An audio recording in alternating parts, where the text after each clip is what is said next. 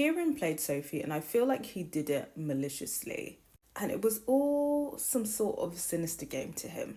In the pods in the latest season of Love is Blind UK, we have Sophie, who is self-admittedly standoffish. But she's a very confident girl, seemingly anyway. On the surface, very confident, has a good job, has her own house. She has it together. She's a catch. There is a little bit of insecurity there, but outwardly, she's a catch. That bitch, if you will. And I feel like because she had this wall up when she and KIERAN were speaking, his motive was to knock her down a peg. And I feel like that's what KIERAN's motive is, even with the person that he ended up getting engaged to. Like, some of the questions that he was asking, red flaggy. Obviously, in the pods, there is this incentive almost that because you're getting married, you have to open up and be vulnerable with your partner. And I agree there needs to be vulnerability there. But what I feel like ends up happening is that people start fishing for information that they can use against their partners, namely insecurities, traumas, etc. I feel like being vulnerable with your partner doesn't have to be you now trauma dumping and you telling them what you feel insecure about. But that seems to be the common theme in Love is Blind. And maybe, honestly, with relationships, because I feel like people do say, let's get deep, let's get empathetic, but really people out here fishing for things that they can weaponize against you. Stay woke. Now, the first red flag was he started talking about how physical affection, physical chemistry and all that stuff is very important to him. And I feel like when men posture that as really important in a relationship, that's already a red flag for me. I'm not saying it's not important in a relationship, but the emphasis on that for me is a red flag. So basically, it seems like in the pods, KIERAN wanted it to get hot and steamy. Wanted it to be like a sexting vibe in the pods. And Sophie wasn't really on that.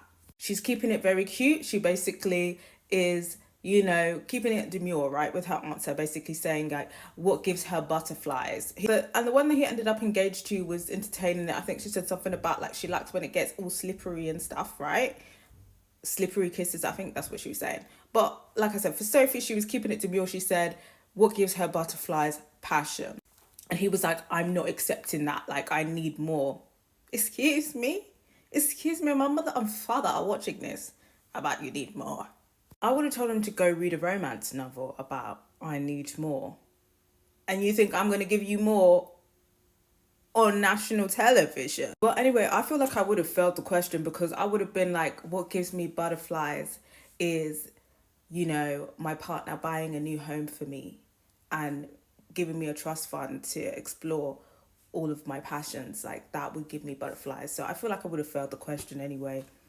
But yeah, when men try to get you on that sexting vibe, absolutely not, hon, not for free, darling. At least take me out for dinner, hon.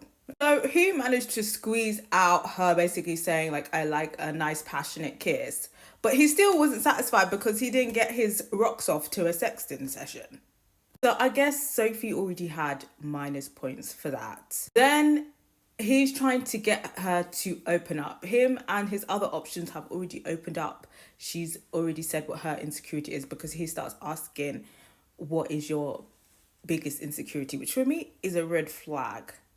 A red flag. I feel like if somebody asks me this, I wouldn't answer the question. Like, even when I'm in job interviews and they're like, what's your biggest weakness? I don't like answering these questions. I don't like the negativity. I feel like if somebody's really pressing you on this question, I really advocate for making up an insecurity because I feel like when people really be fishing for that, again, they're looking for information to weaponize against you. So at this point now, Sophie is feeling the pressure. She's the quote unquote ice queen and she feels that KIERAN is pulling away. So she decides to open up. And she was basically like how she's very insecure about not being good enough because when her parents got divorced, her mum found a new man and basically she chose the new man over her. So she just kind of feels like, you know, she's not good enough and she wonders whether she will be good enough for somebody else if her own mother, you know, picks somebody else over her. And Kieran is pretending to be understanding. And but like I said, when people are inquiring about people insecurities, I feel like a lot of the time, especially in relationships, they're fishing to see what they can emotionally manipulate you with, what they can weaponize against you. And he said that. And I feel like because she has her wall up, because she was kind of making him work a bit more than the other girl was, he was like, okay, you think you're too nice? Because Sophie kept saying like you know, when he was like inquiring about sexual chemistry, she was basically like, you have nothing to worry about, like you're not going to be mad at what you see, like basically saying that she's attractive, right? I feel like Kieran wasn't really liking that she wasn't humble about her looks. So I just kind of feel like Kieran felt like Sophie thought she was too nice. So his objective now that he's like, okay, I'm gonna go with the other girl, Megan. Before before I make it official with Meg, I'm definitely gonna knock you down a peg. So what did he do? After she opened up and said, I feel like I'm not good enough because my own mother chose her partner over me, he goes to Megan and he gives her this elaborate gift, right? And after the date with Megan now is screaming from the hilltops that Kieran got her this elaborate gift. It's so special. And what I found quite interesting is that in the other side of the male quarters, they could hear the girls screaming. And he's basically like, well, I think those screams are for me because I gave Megan this really good gift. And then the other boys were like, oh, I bet Sophie's going to be pissed about that. And he's kind of smirking. So to me, it seems like he had been talking with the other guys about his connections and basically saying how Sophie thinks that she's too nice. Or maybe they had also dated Sophie and maybe the overall consensus in the male quarters is that Sophie thinks she's too nice. So, you know, good on Kieran for knocking her down a peg. That was absolutely his intention. And ultimately, Sophie did feel a type of way about it because she's like, am I a dickhead out here? Like, he did this knowing this is going to be the reaction, knowing that I was going to be humiliated. Like, this is very malicious and he clearly doesn't care about me. Like, he was begging me to open up. And when I did, now he's playing in my face. So they have a final meet. She calls him out. The speech was a bit pick me because she was like, I'm a catch. I know I'm a catch. I'm attractive. I'm a prize, blah, blah, blah. And it's just like, girl, you don't need to be saying all that. You don't need to be saying all that. That was a bit beggy. But yeah, he was absolutely trifling. Kieran kind of apologizes, but he was basically saying how like it's a social experiment and he did what he did, and you know, this is just how the chips lay, like as if it's some sort of game, which I think was weird.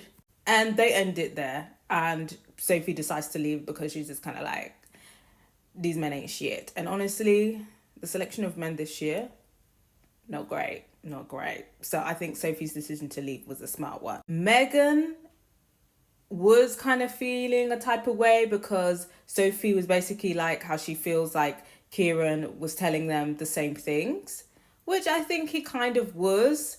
But I think he definitely sent a message with this gift to Megan that he was feeling Megan more. And I think Megan knew what he did was shady, but because she was the one who was picked, she was just kind of like, well, you know what? It's me who he picked, so I'm gonna get married. And Meg and Kieran got married. I personally would be side-eyeing him after the way that he did Sophie, and I probably wouldn't have married him. But I gotta hear from you guys. If you were Megan, would you have still got married to Kieran because he didn't do it to you? Or would you have been side-eyeing him and been like, nah? Because I do think Kieran has red flags and questionable behaviour. But I gotta hear from you guys.